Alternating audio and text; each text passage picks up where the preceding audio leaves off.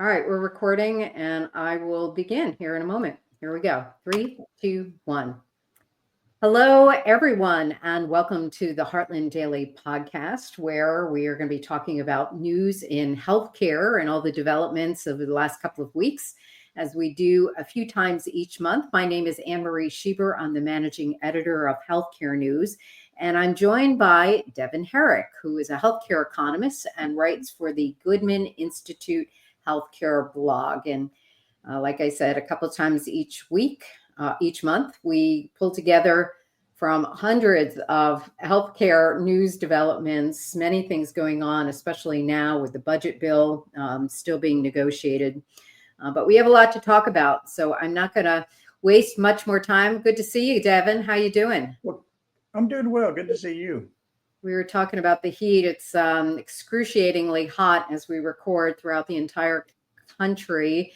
Devon lives in Texas, where he's quite used to it, but it's throwing everybody in the Midwest and other parts, the East Coast, for a loop. So stay careful because it can be a health threat as well, hot temperatures. But in any case, we know that things are heating up on Capitol Hill at the Senate, where they're negotiating the big, beautiful bill. And the idea is to get this bill. It got through the House with not a whole lot of fanfare because a lot of stuff has been stripped. I know a lot of healthcare reformers were underwhelmed by what had come out of the healthcare part of it, especially in Medicaid. But anyway, it's now in the hands of the U.S. Senate. And every day goes by. President Trump wants this on his desk by July 4th. That's in 10 days.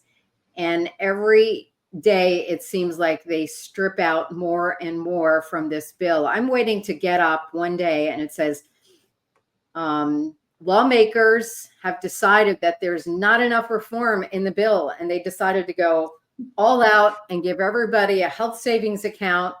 And we give cash accounts to people in Medicaid, so they'll use it less, whatever. But we're not getting anything like that.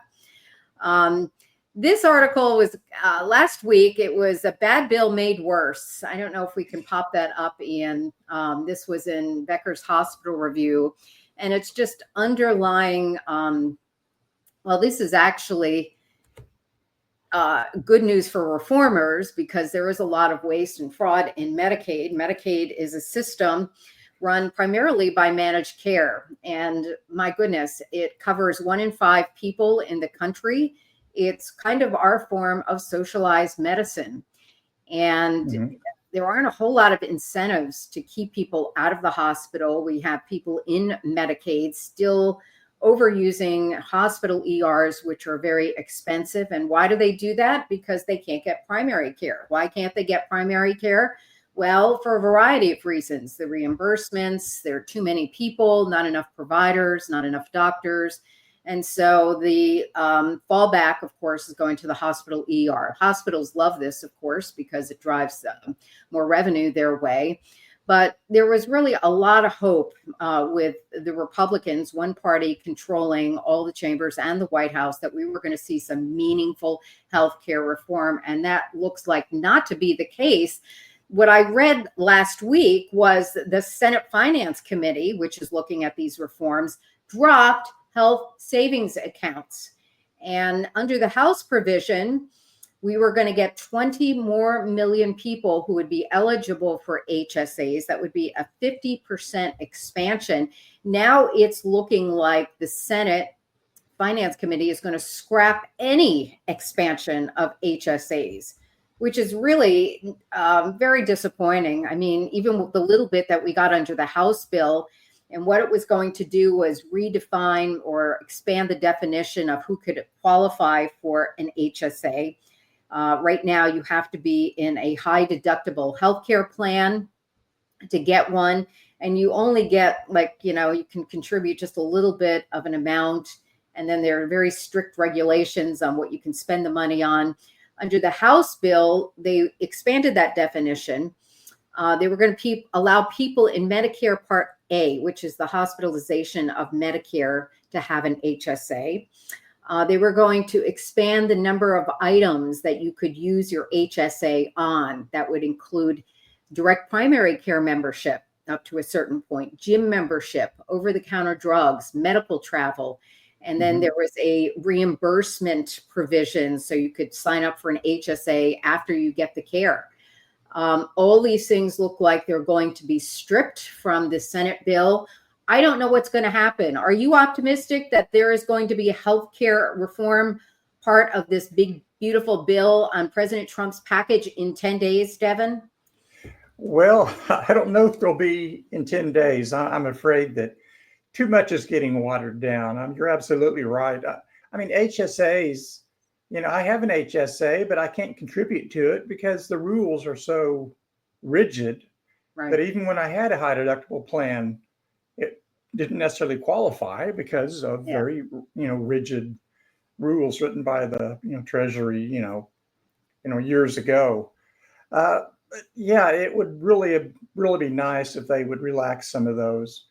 And there's a lot of very good items in the, the big, beautiful bill. I mean, work requirements for Medicaid enrollees for adults is a no-brainer. Why would we give people free health care who aren't even trying to work?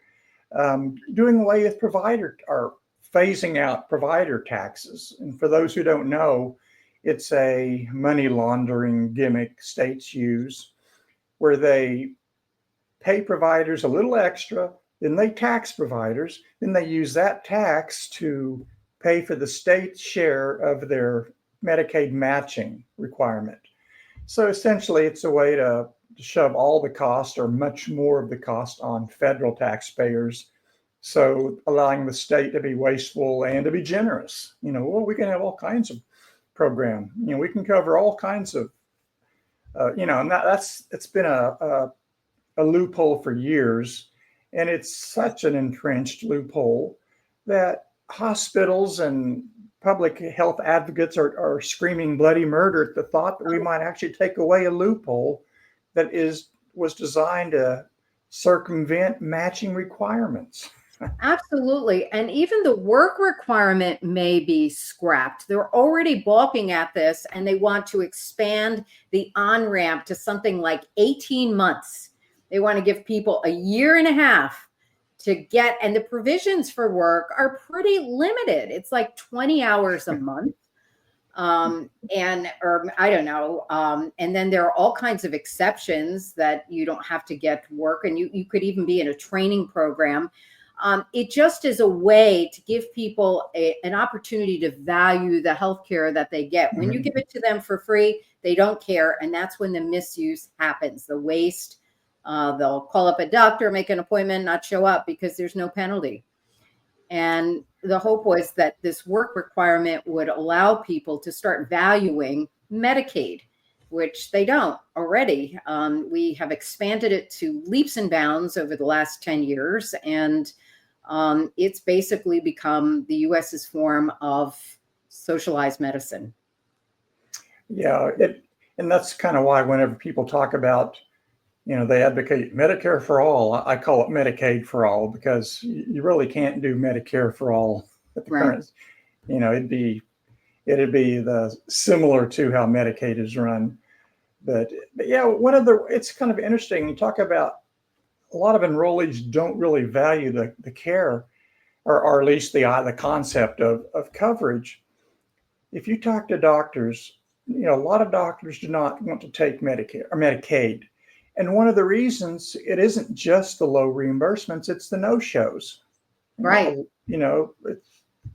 I forget what the percentage is. Years ago, it was something like 1 in 4 of appointments for Medicaid enrollees didn't show up and didn't call and didn't cancel, and Right. Well, there's all kinds of problems with it. And when you give something to somebody for free, they're not going to value it and they're going to waste it. Now, there's all kinds of fear mongering, and it's starting to have an impact on people and public opinion. Ian, if we can pop up this headline I saw a couple of weeks ago, projected effects of proposed cuts in federal Medicaid expenditures. This was a study that came out. Wow, the timing is just perfect, right? In the Annals of Internal Medicine. And this study used a computer model and determined that the cuts that are being proposed will lead to 16,642 premature deaths. Now, how you come up with such a figure is astonishing to me. This is all guesswork. And,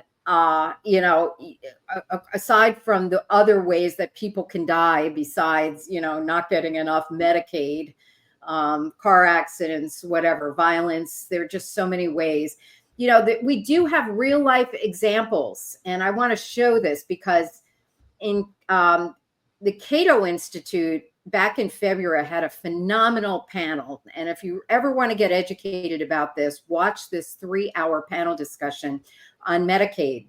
And there was a professor there from George Mason University who came up with 4 very famous studies. I don't know, are we able to, well, I just kind of want to highlight them. But anyway, I'm going to pop up some of these studies. So this was a professor at George Mason by the name of Robin Hanson. And he talked about the real life experiences with cutting Medicaid and what impact that has on overall health. And it just isn't established. We've got 4 famous, very big real life experiments of what happened when we cut government health care. And the first one, of course, is the famous one, the Oregon Medicaid experiment. You remember that one, Devon, right? This was a couple decades ago, where they had a lottery. They had a limit on who could sign up for Medicaid. And it provided an opportunity to see what the outcome would be on the people that didn't win the lottery and couldn't sign up for Medicaid. And it turned out the people who couldn't get into Medicaid actually had better health outcomes than Medicaid, the ones who were enrolled in it, right? That's just stunning right there. There was another. It was Amy Finkelstein, I think, was part of that research. And what was important was these were motivated people. These weren't just, random people who didn't care. These are people that wanted to be in Medicaid and actually entered the lottery. And so they were the most likely to make a difference. And there essentially was no difference. They were getting similar amounts of care. They were going to the doctor similar amounts of time. They were getting their chronic needs met, roughly equal, or, give or take. And it was, people were astonished at how little a difference it actually did make. Yeah. Well, these studies like this, 16,000 premature deaths. Well, you can't find the bodies. There are no bodies. People can be pretty resilient. And if you look at the 2 of the co-authors of this journal article, it's, Woolhandler and Himmelstein. They're famous for winning a national health program. They're part of their major players in that organization. And every few years, they are probably more often come out with yet another study that purports to show that it'd be all wonderful, rainbows and perfect health if we had a national health program. Well, I bet the funding for that study came up awfully quickly. I'm sure the hospitals, insurance, managed care companies were more than happy to get the money, the checks written to get that study done just in time. It's stunning. When you don't have health insurance, what do? You're very careful, right? You do things differently. You make sure when you're starting to get sick, you take care of it right away. And one of the biggest problems is, when you've got carte blanche healthcare and you feel yourself, cold coming on or whatever, or maybe you injure yourself and you don't pay attention to it, you don't let it sit. You take care of it right away so it doesn't get worse. And if you've got Medicaid that's going to pay for anything, no matter what your behavior is, whatever you do, you're just not going to do the diligence that people without health coverage will do to stay healthier. And that's why these studies show these amazing outcomes when people are not automatically enrolled in these programs. Robin Hanson also mentioned another one. It was another experiment in India. something like 52,000 rural Indians had cheap access to hospital insurance. And those who bought more used it more. They discovered they were in the hospital more often. And the people who got free insurance, and there was no significant difference in the health outcome. There was another one not too long ago in 2019 called the U.S. Taxpayer Experiment. And I'm just reading my notes from that panel. They sent a letter to people warning them if they didn't buy insurance that they would face a penalty. And 500,000 people over the next 2 years, those who got the letter bought, and 23 more months of insurance. And the mortality rate of people being in insurance was not that impressive. There wasn't a whole lot. It just basically they ended up having, 6/100% lower mortality with just one extra week of insurance. So, we do have these randomized experiments, these that show that really, we don't have to be paying for all of this stuff. The reason it takes 2 months to get a big, beautiful bill together is because we spend so much money in the government. We manage everything. It shouldn't be like this. We shouldn't even be debating this, right? Crazy. If you think about it, it's the extra doctor visit is, for most people, is not the difference between life and death. The difference between life and death has to do with years and years of behaviors and a lot of genetics, and suggesting that 16,000 plus people would die if they don't have Medicaid is really just, it's just conjecture. It's not. The same thing was said years ago. If we don't cover the uninsured with Obamacare, we'll have X number of people dying. But there was never any, there was never any bodies show. Right. You can dig through medical records and you can find one person who should have gone to the doctor, but they didn't. Well, it's pretty rare that you're going to find one intervention that is so life-saving that you could literally count 16,000 people dying prematurely. And we don't even know what that is. Is that a week early, a day early, an hour early? Well, I guess we'll see in 10 days. The little bit we got in the House will probably be completely stripped out. Who knows? I don't know.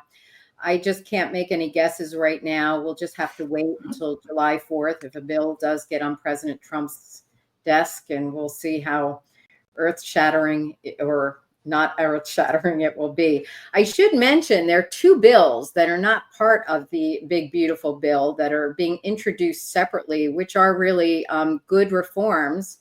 We've tried them before, but one of them is to address some of the problems with Medicare Advantage. Mm-hmm. And this bill introduced by Senator Cassidy, the No Upcode Act. I don't know if we can pop that up on the screen, Ian.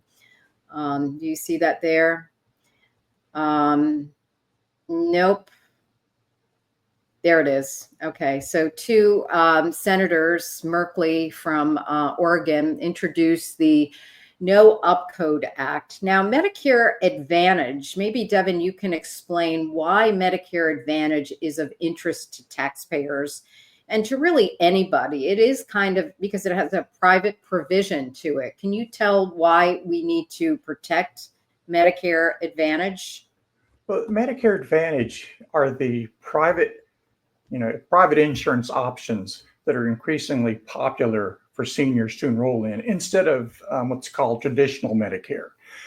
United Health Group, Humana, a few other, it's all major companies you've heard of. And the reason why they're popular, I think more than half of seniors in Medicare are actually enrolled in a private plan. And they're popular because in many cases they give more benefits than traditional Medicare. Where this bill tries to address is that some of the insurance companies have essentially they hire a nurse practitioner to go to an enrollee's house and they interview them and they try to find out every single item that they possibly could have wrong with them. And then that allows them to charge the government more, because pre-existing conditions, it's called the risk adjustment. Well, the research has shown that in many cases, an insurer has been paid more for a given senior, but hasn't actually treated any of those items that supposedly warranted a higher payment or subsidy. And so what Senator Cassidy is trying to do is close the loophole where insurance companies that are otherwise providing a good service to seniors don't charge the government more for care they're not actually providing. So it's trying to close a loophole on the risk adjustment mechanism that some insurance companies are using to boost their subsidies from taxpayers.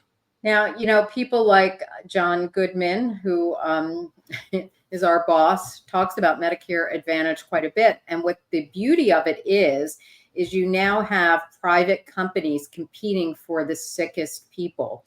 So in a perfect world, you would have very good risk adjustment models done. And that just really hasn't happened. What happened is these managed care companies learned to game the system to get more money without really providing better care. And so this bill may be a good thing because it'll get maybe some of these companies to get more on the same page, but there are 4 provisions in this bill. So they're going to need now 2 years of diagnostic data for the risk adjustment model. They're going to limit the ability of what medical conditions will be covered to determine the cost of care. Medicare will only pay for ailments that are related to the risk. So I can't imagine what was going on before, whether they were covering everything under the sun just because you happen to be in a higher risk pool. But there were some problems with it. And like many of these programs that try to address healthcare from a free market perspective, they're going to be growing pains. And we have to figure out the best possible way. I'm encouraged by this bill. I don't know what's going to happen with it. I want to pop up the next thing because we have had bills in the past on another important issue involving, this is not just Medicare, but hospitals in general. It's called site neutral payments. Well, actually, it is Medicare. And if we can pop up the link that shows Same Care, Lower Cost Act. All right, this was a bill that was introduced and to eliminate Senator Kennedy introduced this bill, Same Care, Lower Cost Act. This is to implement site neutral payments.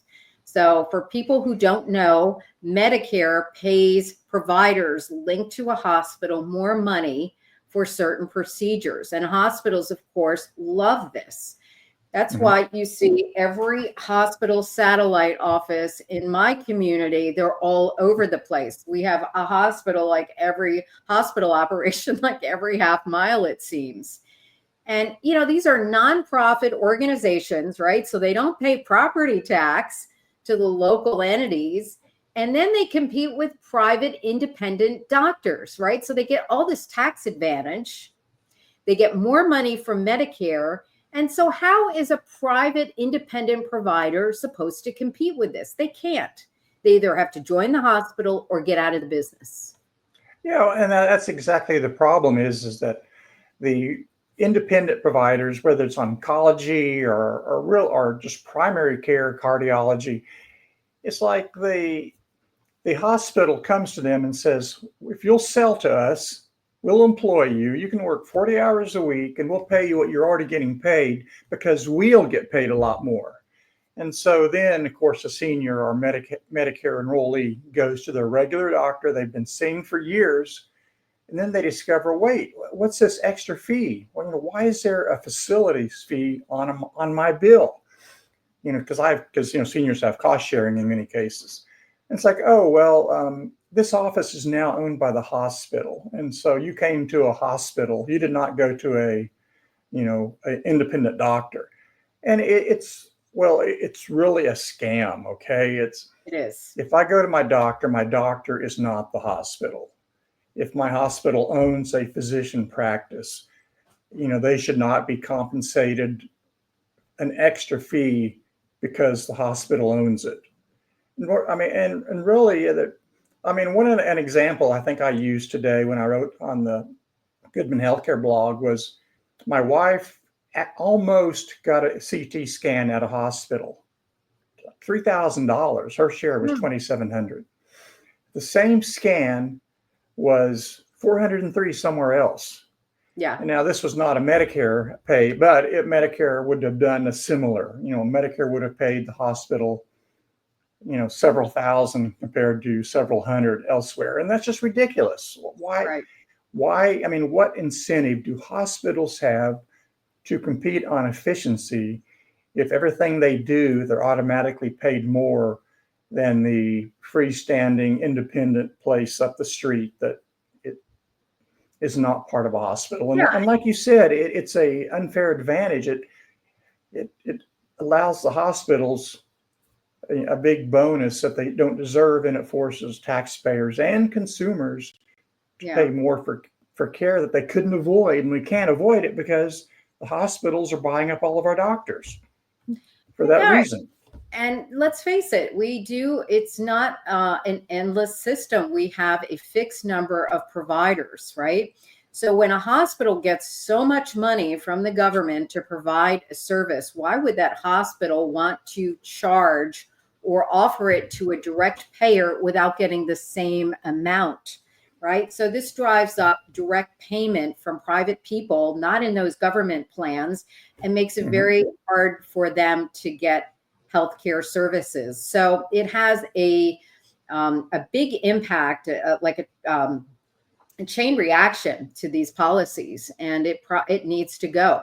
The hospitals are not going to go quietly. They have fought these bills. We've had several proposals over last couple of sessions, and they go nowhere because the hospitals just fight them very fiercely.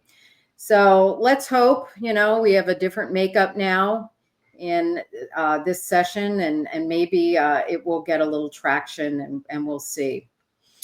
I want to move on to the next topic, which is getting a lot of reaction.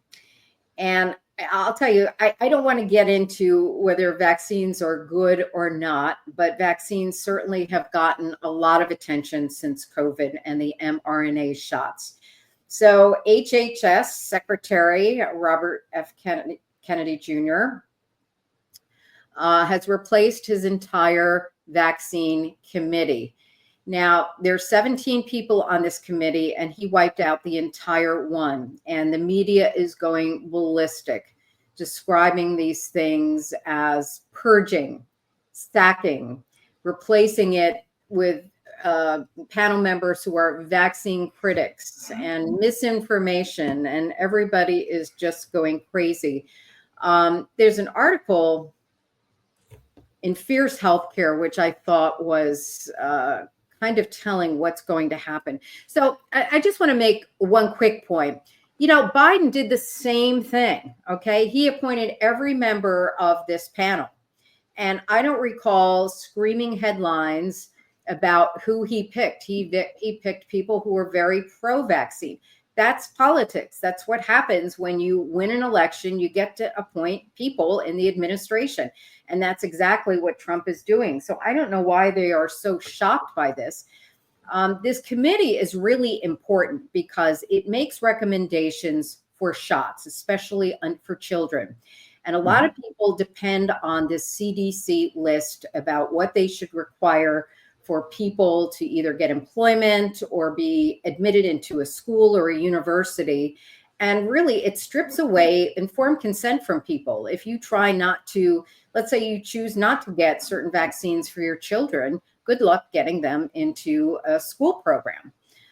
So what we're going to have are now very different perspectives on this committee, and we may change that schedule. Who knows? We know, how Kennedy feels about vaccines and some of the people who are on the panel. But I mean, if you don't like it, I guess there's another election in 3 years. So what are you going to do? Well, it's interesting about vaccines, and I haven't really looked at the background of each of the 17 people that were dismissed. But by default, generally, they're going to be people who have ties to the industry. It's really hard to get away from that. It's going to be people that are pro-vaccine.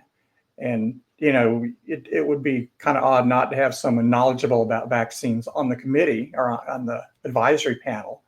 So it's kind of a catch-22. I mean, in many cases, you don't want the bias, but at the same time, it's just built into the system. So I think what Kennedy was partly trying to do was to get rid of some of the people that were shills for the industry, receiving payments from the industry. Are you really unbiased if a good chunk of your income is consulting fees? And in many cases, the consulting fees are really just payments to make you loyal. Right. Unfortunately, that happens too much. And another aspect of vaccines is that I've often thought about is, I mean, we all can agree that vaccines have a benefit to society. But if I have my way, it's like, I want you to get the vaccine so we have the herd immunity, but that way I don't have to get it. And so there's always going to be a little bit of, what economists call free riders. Well, yeah. But again, because we have different values, different views, different risk tolerance. So yeah. So it's a controversial issue whether you're pro or anti-vaccine, simply because Right. You can be anti-vaccine but still want someone else to get it simply so you don't have to. Well, I think vaccines should be available. I think what people are really upset about is when they're mandated to get things that they don't want to do. And we certainly do that for children. And I know the government will set a standard that everyone wants to use.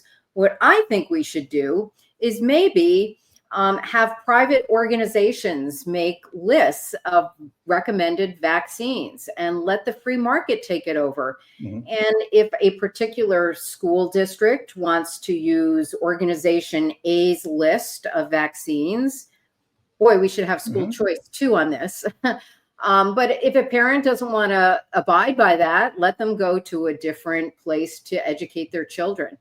I think there needs to be more choice out there. And certainly we have the technology now with AI and all kinds of technology now to be able to show some of the side effects of vaccines, who they're appropriate for, what they do, and whatever. And I think, the more information, the more technology we have, the better decision making we can do. But again, I don't want to strip people of individual choice, and we should provide people with as much information as possible and let them choose accordingly. And that's originally what the CDC was supposed to do in the first place, right?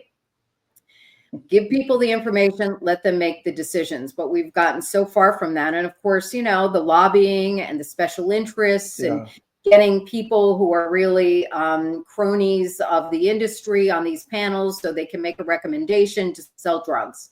That's what we got to get. And I think Kennedy is number one there's priority. All this pressure to, in many cases, they're not looking at how little we can do. They're looking at, that they want more. I mean, even for my pet, my dog, I took my dog to the vet a while back, and they said, and she got a rabies vaccine. And they said, well, this is a 1-year vaccine. I said, oh, really? What's the difference? Well, if you'd come in 2 weeks earlier before the previous one expired, we could have given you a 3-year tag. But the state law says that since it was expired by 2 weeks, you got to get it again next year. It's like, well, that's ridiculous. I'm sure it's the same for people, I mean, it's if you don't, we should get it more often than you need it just to be on the safe side. Well, I know. And the vets, I have a cat and I've been through this, and they want you to get all kinds of expensive shots for your cat. My cat was like 20 years old, and there was no way I was going to get my cat, who's an indoor cat. My cat just passed away, but a rabies vaccine, so they, again, I just don't understand. I think you got to question it, and it should be really up to the pet owner or the parent of what they want to do to their bodies. So we will see. I want to get to the next 3 items. We've got a couple more things to talk about, and we're getting tight on time. I want to mention this thing. Matt Dean, who had done a lot of work for the Heartland Institute in healthcare. He's a former Minnesota legislator, and he wrote this piece for the American Experiment in Minnesota. Can we pop that up on moms and Medicaid? Minnesota is encouraging, and are you able to pop up that link? The American Experiment bill incentivizes. Nope, that's before that. Not that one. We're going to talk about that in a minute. Excellent points. Okay, now let's take that one down. We're going to talk about that in a little bit. Matt Dean wrote this here. Let's take that down. We're going to talk. Yeah. Nope. Okay. We'll hold on to that because we're going to talk about that in a minute. Minnesota legislators recently passed a bill that will provide home birth for people in Medicaid. And they basically incentivize home births because they are allowing Medicaid to pay for equipment and whatever's necessary to have a successful home birth. Now, if you wanted a home birth and decided, gee, if I go to the hospital, I'm not going to take anything home, but boy, I can probably get a bed. I can probably get all these nice things when I have a home birth. It's incentivizing home birth. And what we're talking about is the Medicaid population and women who may be at high risk. And we shouldn't be encouraging people to stay out of the hospital for high risk pregnancies. We have, years ago when few babies were born in hospitals, we had very high childbirth death rates. And it was because we didn't have the technology and the critical care that's necessary sometimes when deliveries don't go as planned. I think Matt Dean's point is they're using the idea that this population, so home births have become very popular among a very affluent crowd. And we're applying the same principles to an at-risk crowd. And we could probably be getting ourselves into trouble under this. Mm-hmm. And I just don't think it's a very good idea. Will you have any thoughts on this? Oh, yeah. John Goodman, who, like you said, is our boss, wrote about this years ago that Dallas Parkland Memorial Hospital literally wrote the book about, how to safely deliver babies from high-risk pregnancies, poor people. I mean, literally, years ago, if there was ever a public hospital, they deliver more babies than I think any other hospital in the nation. Yeah. And they created the method. And if you go to Parkland, I really think it would probably be cheaper for because they deliver a lot of Medicaid babies. It's probably actually cheaper for Medicaid to pay for someone to go to Parkland, where it is they're extremely good at it, compared to a home birth of someone who's poor. I may not even have a home. I mean, you may be in someone else's house. You may be sharing, a bedroom in your parents' or grandparents' house. It doesn't sound to me like it's well thought through to subsidize home births. But what, of course, does work is follow Parkland's rule book that they have spent 50 years perfecting. So yeah, right. That's quite interesting that they are subsidizing and actually incentivizing home births. I could see maybe birthing centers, next to the hospital in case something goes wrong, but it just doesn't seem well thought through to subsidize home births. Should be patient safety first, right? That should be the criteria, and then cost efficiency. And I'm for both of those. I don't think that's the incentive behind this bill. It's to give people an optional so-called better experience, and that should not be the reason to do it. One of the things that Dean pointed out in his article was that a 2022 Medicaid study in Minnesota found that Black women were 2.3 times more likely to die from a childbirth-related event than white women. And given that 72.9% of all pregnant Black women are served by Medicaid in Minnesota, having home births is probably not a very smart thing or encouraging. Yeah, really. So I guess this bill is passed, it's been signed, and it's going to happen. Also, it's encouraging, we have physicians in hospitals, right, who are trained in critical care issues, especially involving deliveries. When you're doing a home birth, you're not going to get that kind of training from the person who's assisting with the home birth. You're going to get a doula or a midwife, and they just don't have that background. And before you know it, it's going to be the ambulance, rush the baby to the hospital. And I would hate to think the tragedy that could ensue. So maybe they'll rethink this. Minnesota is the only state that's doing this. So we will see how that works out.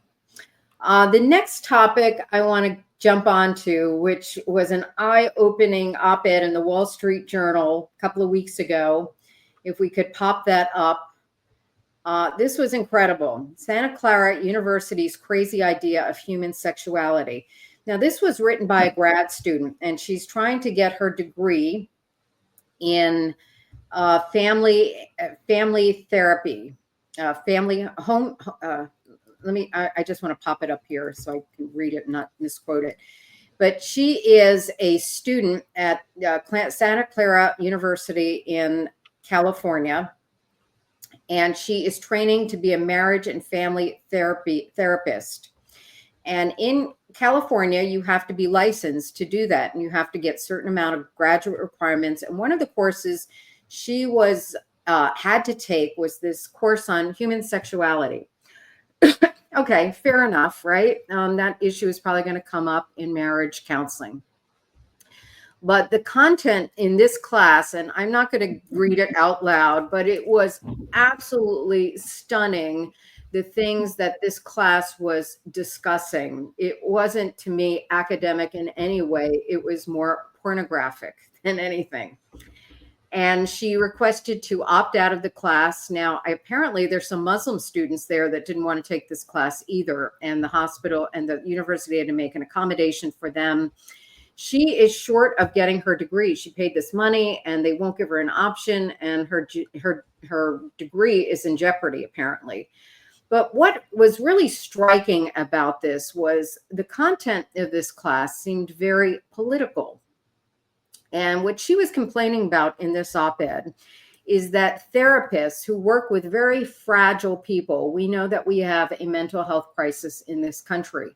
And usually it's very hard to find a psychiatrist or a psychologist. So you go to a person who has a graduate degree. And there is a wide scope of degrees out there.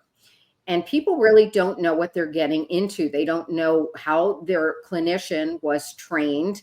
But some of them, in the past, it was always believed that there would be neutrality in the clinical setting. And that's not what's going on these days. Now, I want to pop up. I did a little research. I wrote about this. I tried to reach out to this student, but I didn't hear back from her, and I don't expect to. There was another article that came out a few days later. And Ian, if we can pop that up, it's called Neutrality No Longer an Option. It's in a publication called Mad in America.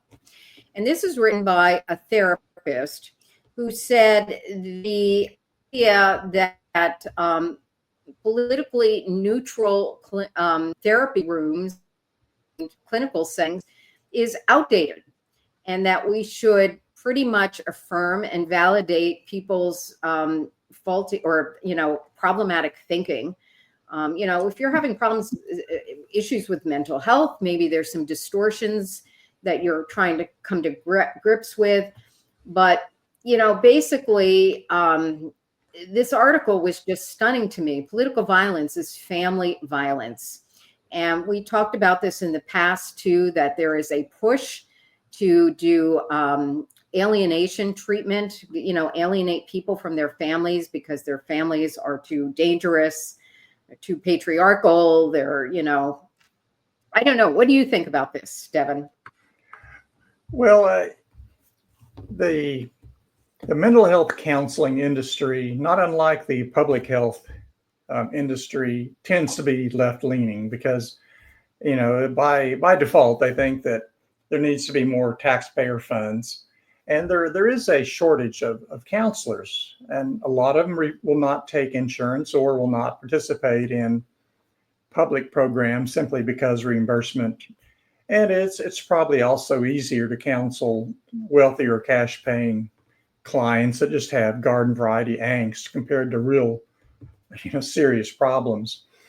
But yeah, there's definitely a bias in the industry, and I don't think there's much of a way to get out of that. Simply, it's because you self-opt. If you want to go into counseling, the odds are you're probably, more or less, I mean, not necessarily always, but quite often, the ones people I've met, if they go in public health, they believe in public finance of healthcare.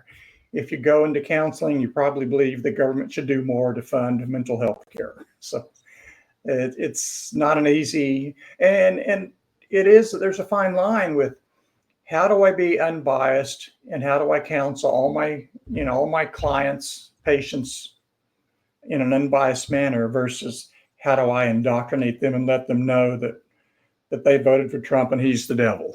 It's Right. I think a lot of the counselors that are left leaning, they really feel that way, and they can't help it. They can't help but try to be politically biased and influence people's thinking.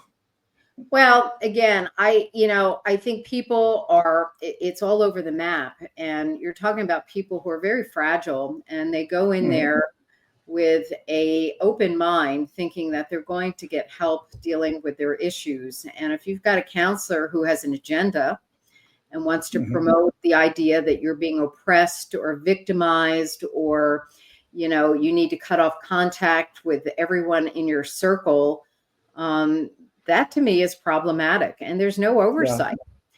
And we have to ask ourselves, why is the mental health crisis not going away? And I would say a lot of this training has been occurring along with the culture over the last 5 to 10 years. And maybe we're starting to see that reflected in our current patient population. Anyway, just something to be watchful for. If you're going to need a therapist, I would just make sure I totally understood where they were coming from. Maybe ask for some articles that they published to see what their bias might be. They're grad students, so they do write, and they should have some of their content out there. And I hope somebody comes up with a list that clients could ask therapists before they sock a whole lot of money into something that could even be, damaging to them even more than they are struggling with right now. So anyway, just my thoughts. All right. The last topic is something you blogged about, Devon. I don't know about you, but I am hearing about a lot of cancer diagnoses. And maybe that's because of my age. But, everybody, we hear in the headlines all the time what causes cancer, what's a correlation to cancer. Tell us what you came up with. Well, the premise of the article was that the biggest risk factor for cancer is not what you think. It's not overeating, obesity, smoking, drinking. It's age. And we kind of always knew that. But it's just kind of bringing home an important point. That, you can do things to lower your risk. You can watch what you eat. You can maintain a healthy lifestyle, not smoke, drink in moderation or not at all. But the biggest common denominator of who gets cancer is, well, what is your age? And what's interesting, let me look and see if I can find it here. Here we go. If you're between the age of 0 and 49, your chances of getting cancer are like 3%. That's 1 in 29. But if you're between 50 and 64, your chance of getting cancer rises to 11%. And so if you're 65 to 84, your likelihood of getting some kind of cancer is roughly a third. Wow. And so between 0 to your 80s or beyond, about 4 in 10 Americans will get some type of cancer. But the biggest correlation is really age. And you say, well, what about, so does that mean I can smoke and drink and do whatever? Well, it may be the damage from smoking and drinking for 50, 60, 70 years that does it. So yeah, you can still lower your risk, and you should, but at the same time, cancer is primarily a disease of old age. So, Right. if you knew I'd live this long, I would take better care of myself, I guess. That's the old joke goes. What do they say? It's never too soon to stop smoking, that you will always start buying back your life the moment you stop smoking for good. My father passed away from lung cancer and was a chain smoker for many, many years back in the 60s when just about everybody was smoking. And when he retired, he tried multiple times to quit. And finally he retired and said, that's it, I'm not doing it. And that was the most successful attempt. He quit smoking for 10 years. Now, he died at age 79, but perhaps it might have been sooner had he not taken that chance. You just don't know. The other thing about age is we are living longer, right? So we're going to see more cancer diagnoses, and we can detect it better than we did decades ago. So that may be another factor. The other thing, too, is how you treat it. So, what do they say? There are 3 ways to treat cancer. You poison the body, you burn it, or you cut it out. The surgery, chemo, and radiation. Those are the 3 common standard treatments for cancer. And when an oncologist comes into the scene, they have to determine what the life expectancy is of that person. Now, if somebody is really, really young, you're not going to try a very radical, extreme treatment that you think is going to kill them in 10 years, right? You're going to be somewhat cautious. But when somebody is older, you may have more opportunity to do that. You don't care what's going to happen to them maybe 20 years down the pike if they're 60 years old, because they may not make it that age. So it's really tough. Of course, then you're older and you may not be able to endure extreme treatments. Cancer care is really, really a tough thing.